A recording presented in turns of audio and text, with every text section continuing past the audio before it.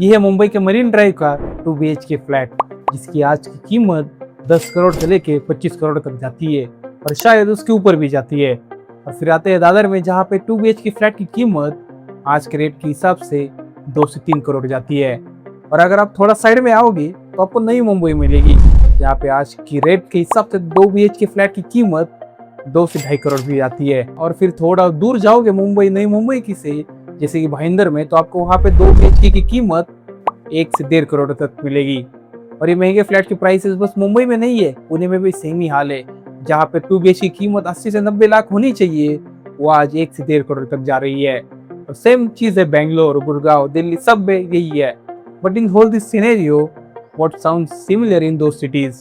The answer is self-inflated flat prices या house market prices. Just imagine कि तुम बहुत सारी मेहनत करते हो, पढ़ाई लिखाई करते हो, अच्छा जॉब भी पा लेते हो और बहुत सारा पैसा कमाते हो, और उसके बाद एक तुम 2 करोड़ का बहुत अच्छा सा एक फ्लैट ले लेते हो, और वो भी 10 हाई राइज बिल्डिंग की एक गेटेड कम्युनिटी में, जहाँ पे आपको जॉगिंग ट्रैक मिलता है, क्लब हाउस मिलता है, गार्डन मिलता है, सब कुछ मिलता है जैसा ब्रोशर में बताया गया था, जो कि पूरी तरीके से सेफ है, बच्चों के लिए प्लेग्राउंड है और बड़ों के लिए जिम है। पर तुम जब अपने उस गेटेड कम्युनिटी के गेट के बाहर बस एक कदम रखते हो तो पूरी दुनिया अपसाइड डाउन हो जाती है। ब्रोकन रोड्स, नो फुटपाथ, और जो फुटपाथ वहाँ पे है वो वेल मेंटेन भी नहीं होंगे, और जो पब्लिक सिटिंग एरियाज है वहाँ पे आपको लाल कलर दिख जाएगा। तो अपने गेटेड कम्युनिटी से और थोड़ा आगे जाओगे तो आपको मिलेगा ट्रैफिक जैम, हर तरफ कचरा और वाटर लॉगिंग। तो अपने बच्चों को पब्लिक पार्क में लेके जाना तो चाहते हो, पर कुछ वजह से लेके नहीं जा पा रहे हो, और वो वजह है कि तुम्हारे आसपास कोई पब्लिक पार्क है ही नहीं। अपने बच्चों को ना चाहते हुए प्राइवेट स्कूल में भेजना पड़ता है, जहाँ की एक सेमेस्टर की फी 40,000 के ऊपर जाती है। तुमको लगता है कि गवर्नमेंट स्कूल में भेजना चाहिए, और तुम्हारे आसपास कोई गवर्नमेंट स्कूल ही नहीं है, और जो स्कूल बचे हैं गवर्नमेंट के वो वेल मेंटेन नहीं है, और ना जहाँ पे अच्छी सी पढ़ाई होती है। ये सब देख के तुम्हारे दिमाग में सवाल जरूर आता होगा, तुमने जो 1-2 करोड़ स्पेंड किया अपने फ्लैट पे, इसको तुम अपना खुद का घर बना रहे हो, वो क्या वर्थ इट है? माय बैड, 1 से 2 करोड़ तुमने अभी तक पे नहीं किए, वो EMI पे चल रहे हैं, जो बाद में जाके 2.5 से 3 करोड़ हो जाएंगे। और हमेशा सवाल एक ही रहेगा, was it really worth it? In simple language में बताओ, तुम एक आइलैंड खरीदते हो, एक ऐसा आइलैंड जिसके आसपास कुछ भी नहीं है, भसड़ मची हुई है, सब उथल पुथल है। जो आइलैंड के अंदर है, जहाँ पे तुमने वो आइलैंड खरीदा है, उसके अंदर लग्जरी है, जो सब कुछ जो तुम्हें चाहिए, और उसके बाहर पूरी भसड़ है। और इस सब से एक सवाल जरूर उठेगा कि इंडिया का हाउस मार्केट क्या सच में इतना एक्सपेंसिव है, या उसको सेल्फ इन्फ्लेटेड किया गया है? अगर डाटा के हिसाब से बताया जाएगा, वेट, ये तो डाटा देखा जाएगा बाद में। और सबसे पहले आप मुझे आपका सपना बताओ। आपका भी तो कुछ सपना हो कि एक हाई राइज बिल्डिंग में खुद का घर हो, right? Well, that's we call the Indian dream. Indian dream शब्द आया है किसी और एक देश के ड्रीम से, जो कि है अमेरिकन ड्रीम। तुम्हें अमेरिकन ड्रीम नहीं पता? अमेरिकन ड्रीम एक सिंपल कंसेप्ट है।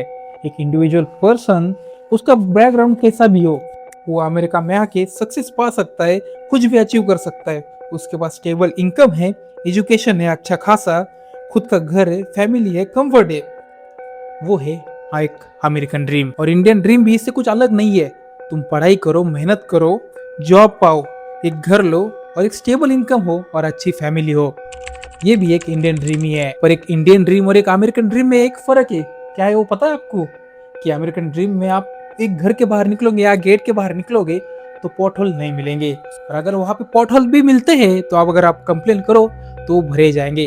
अगर आप वो सेम चीज इंडिया में करो तो आपको पॉट होल मिलेंगे, और अगर आप इसकी कंप्लेन करो तो वेल कुछ होगा नहीं, पर आपको तो कुछ हो सकता है। But you are still paying 2 crore for your flat. Across India, flat हो या हाउस, उसकी मार्केट की प्राइस हमेशा 8% to 14% बढ़ती रहती है। Indian real estate market rapidly grow हो रहा है, क्योंकि अब इंडिया में घर को बस रहने के नजरिए से नहीं देखा जाता, बल्कि उसको एज ए इन्वेस्टमेंट भी देखा जाता है। जैसे मार्केट ग्रो हो रहा है, उसके साथ साथ इंडियन बिल्डर्स को ये समझ आ रहा है कि जो इंडिया की जितनी भी पॉपुलेशन है, उनका पब्लिक इंफ्रास्ट्रक्चर पे भरोसा उठ चुका है। क्योंकि पहले आपने देखा होगा कि बिल्डर कोई भी एक बिल्डिंग बनाता है तो उसमें उसको आपको बस एक गार्डन मिलेगा। कई चीजों में तो पहले तो गार्डन भी नहीं मिलता था, बस एक बिल्डिंग कॉम्प्लेक्स मिलती थी या पार्किंग का एरिया था।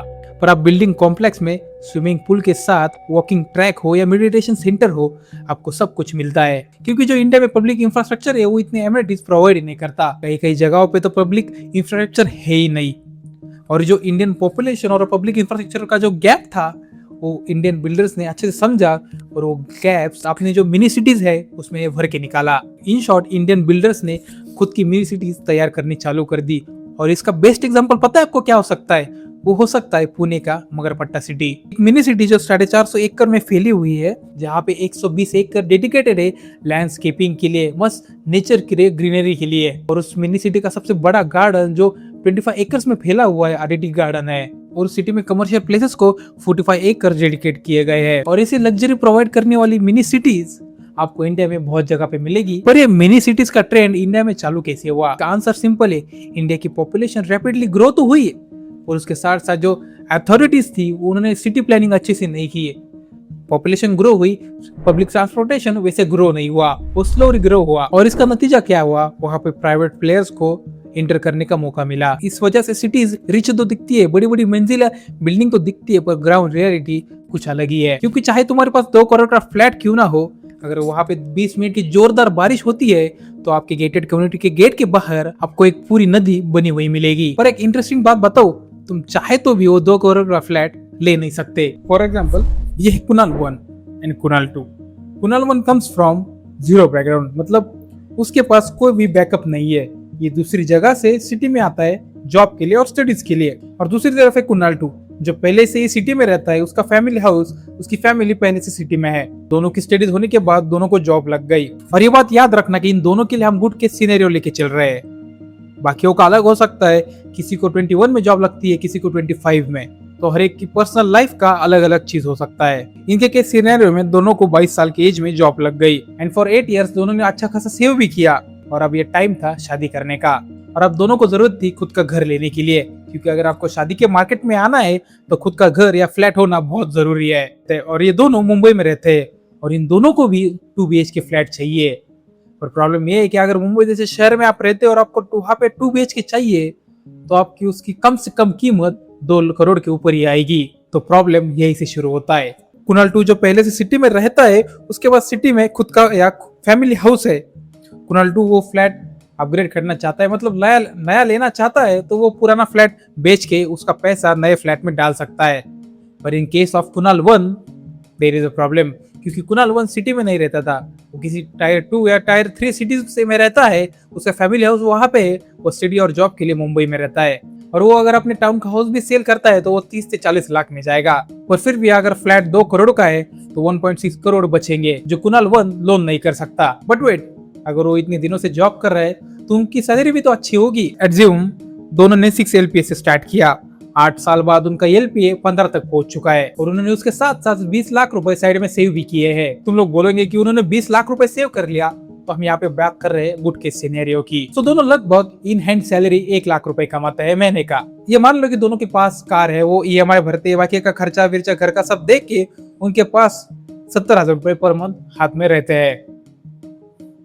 उतने तो नहीं रहते बट गुड केस सिनेरियो। सो कुणाल 1 ने अपने टाउन का घर बेच के 40 लाख रुपए आए और उसने जो सेव किए थे 20 लाख रुपए, तो ये टोटल हो गया 60 लाख रुपए। अब उसको 1.4 करोड़ का लोन लेना होगा, तब जाके वो 2 करोड़ का फ्लैट ले पाएगा। सो लेट्स कैलकुलेट 1.4 करोड़ का लोन विथ इंटरेस्ट ऑफ 7.5, वो भी 30 साल के लिए, तो उसका मंथली EMI आता है 97,603 रुपीज। और दूसरे हाथ पे कुणाल 2 जिसने अपने सिटी का फ्लैट बेच के 1 करोड़ आया, उसने सेविंग्स के 20 लाख रुपए उसमें डाले तो उसके पास हो गए 1.2 करोड़। तो अब उसे 80 लाख का लोन करना पड़ेगा।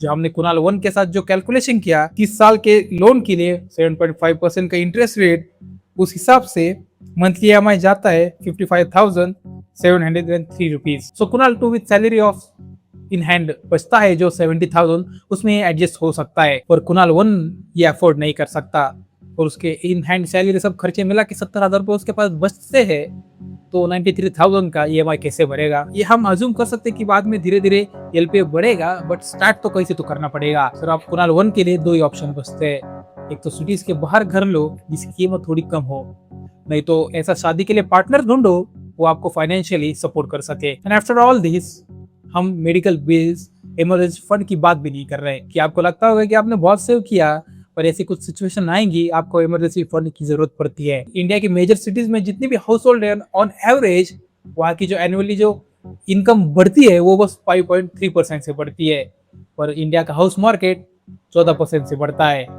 तो ये जो गैप है वो बहुत डिफरेंस बताता है हमें। इन सिंपल लैंग्वेज कोई भी आप घर लेना इजीली अफोर्ड नहीं कर सकता। अगर तुम्हें अफोर्ड करना है तो तुम्हें उसके लिए लोन लेना पड़ेगा, जो 25 साल 30 साल या 20 साल तक आपको उसका ईएमआई भरना पड़ता है। जो लोग 1.5 लाख की इन हैंड सैलरी पाते हैं उनको ऑन एवरेज घर का ईएमआई 1 लाख से लेके 80,000 तक जाता है। But question still remains the same, why Indian real estate market so expensive? Well, इसका आंसर ट्रूली किसी को भी नहीं पता, but we can form some speculation about it like FIS, floor space index. Bharat में FSI का नंबर 1.5 से लेकर 5.0 तक है। मतलब अगर तुम्हारे पास 10,000 स्क्वायर फुट की जमीन है, मतलब ये जमीन फॉर मान लो 10,000 स्क्वायर फुट की है, ऐसा एक पकड़ लो स्क्वायर, तो आप इसके ऊपर कितना बिल्ड एरिया तैयार कर सकते हो। पर यूएसए में ये FSI का नंबर कुछ अलग है, वहाँ पे ये नंबर 10 से लेके 20 में जाता है।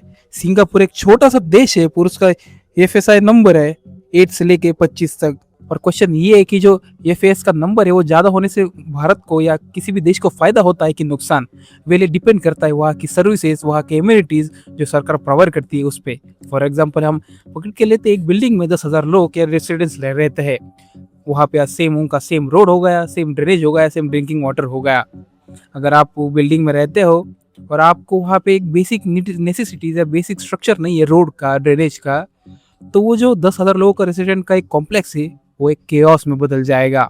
इसलिए कॉम्प्लेक्स कितना भी बड़ा हो, अगर वहाँ के जो बेसिक रोड्स या ट्रैफिक मैनेजमेंट हो गया, वाटर मैनेजमेंट हो गया, वो सही से नहीं है तो पूरी चीज़ कोलैप्स हो जाएगी। और जब तक इंडिया में FIS नंबर इंक्रीज नहीं होता तब तक इंडिया में बड़ी बड़ी बिल्डिंग्स नहीं बन सकती। For example skyscrapers, well by data India में 100 स्काईस्केपर्स है और कंपेयर टू यूएसए में वहाँ पे 1000 है और चाइना में 2,500 से भी ज्यादा। रियल एस्टेट महंगी होने का दूसरा रीजन हो सकता है कि बिल्डर का जो कंस्ट्रक्शन प्लान है वो, फॉर एग्जाम्पल बिल्डर 100 एकर्स का प्लान तो प्रपोज करता है, बट वहाँ पे बिल्डिंग बस एक ही बनाता है स्टार्टिंग में। जब वो बिल्डिंग पूरी बिक जाएंगी तो दूसरी बिल्डिंग का कंस्ट्रक्शन स्टार्ट होता है, एंड सो ऑन सो। जैसे बिल्डिंग बेचेगी वैसे दूसरी बिल्डिंग बनेगी, वो बेची जाएगी, दूसरी बनी जाएगी। और जो पुरानी बिल्डिंग होती है कंपेरेटिव जो नई बिल्डिंग है उसके फ्लैट्स महंगे जाएंगे। तो इसकी वजह से सप्लाई पे पूरा कंट्रोल रहता है।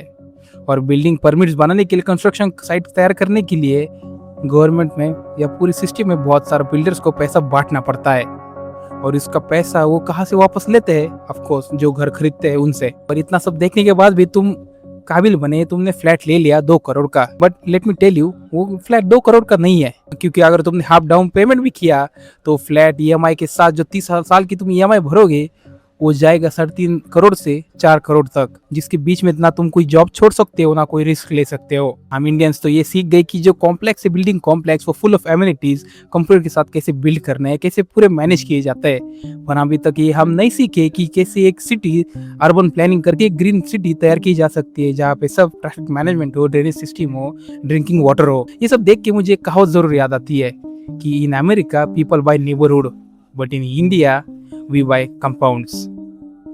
ट्रैफिक मैनेजमेंट हो, ड्रेनेज सिस्टम हो, ड्रिंकिंग वाटर हो, ये सब देख के मुझे एक कहावत जरूर याद आती है कि in America people buy neighbourhood but in India we buy compounds.